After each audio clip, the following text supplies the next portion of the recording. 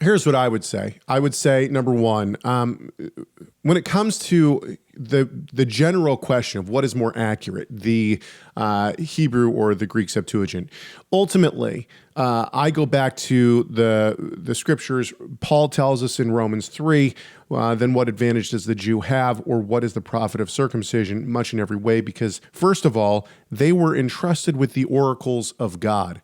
I take this to mean that they were in charge of handing down the scriptures, and therefore the Masoretic text is the form of that tradition that we have today.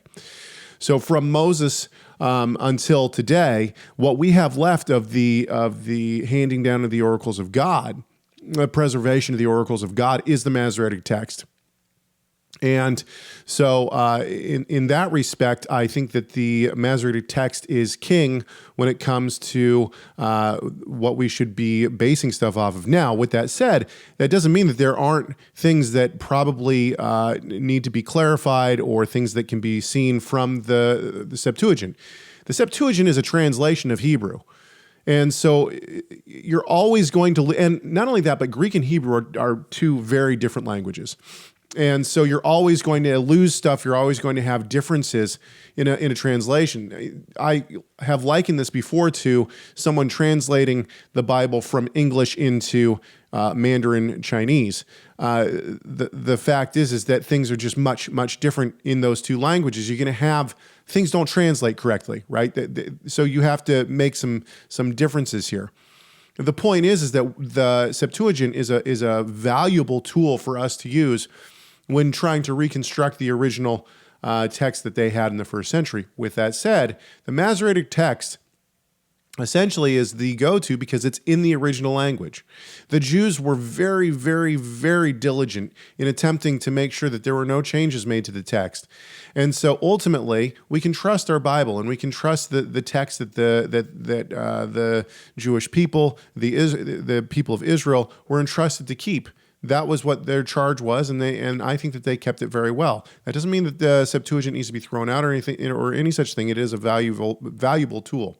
When it comes to languages, Rob's probably right that you'll need some literacy in multiple languages to be able to be the student that you probably want to be. However, with that said, I would encourage you to start with Hebrew.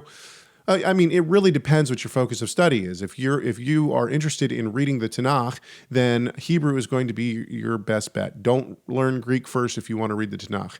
You want to read the Tanakh in Hebrew first and foremost. But obviously, the logic behind that for me, and it's just because I think chronological organization is like something that is in the Bible. I mean, you start the book of Genesis and you end the book of Genesis, and basically it's organized as time goes by, right? Right? Noah, Abraham, right? Then Jacob, and then Joseph in Egypt, right? Time's going by. And so for a believer who's like, yeah, in the long run, I'm going to do both. I'm the same way. I'm saying start with Hebrew and like learn to like imaginatively time travel back then. And then when you learn Greek, you're like going, okay, I'm kind of coming forward on the timeline.